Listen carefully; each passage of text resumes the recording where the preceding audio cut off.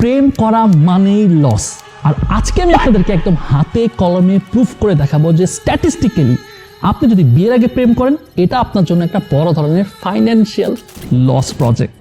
না না না ভাই, এটা বলেন প্রেম করার চাইতে মুরগি পালা ভালো।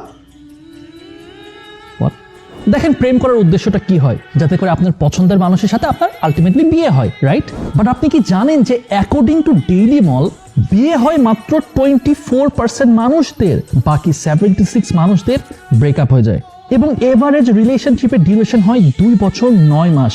শুধু তাই না, 2016 সালের সিডিসির একটা রিপোর্ট অনুযায়ী সুইসাইডের রেট 42% হয় just because of relationship problems.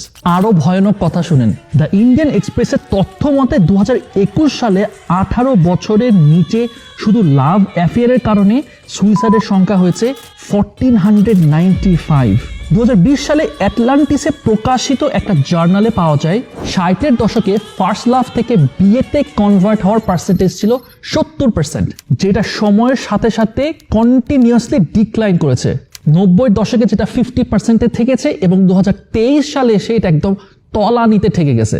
অর্থাৎ স্ট্যাটিস্টিক্যালি স্পিকিং যে সময়টা আমরা ব্যয় করছি এইটা নষ্ট হয়ে যাওয়ার চান্সেস অনেক অনেক বেশি হাই।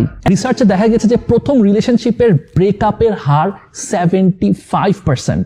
আরো বলেছেন যে লাভ এবং ড্রাগ এই দুইটার ইম্প্যাক্ট অনেকটা সিমিলার। ফলে একটা প্রবলেম হচ্ছে যে 90% রিলেশনশিপের ক্ষেত্রে বাবা মারা মেনে নিতে চায় না এবং এর ফলে কিন্তু অনেক রিলেশনশিপ লাস্ট করে না। মুম্বাই হাইকোর্টের একটা বিবৃতিতে পাওয়া যায় অ্যারেঞ্জ ম্যারেজের চেয়ে লাভ ম্যারেজের ডিভোর্স রেটের হার অনেক বেশি। এই কারণ ভাই দিনের শেষে একটাই আমি কথা বলবো, আপনি হারামের মধ্যে কখনো হালাল খুঁজে পাবেন না।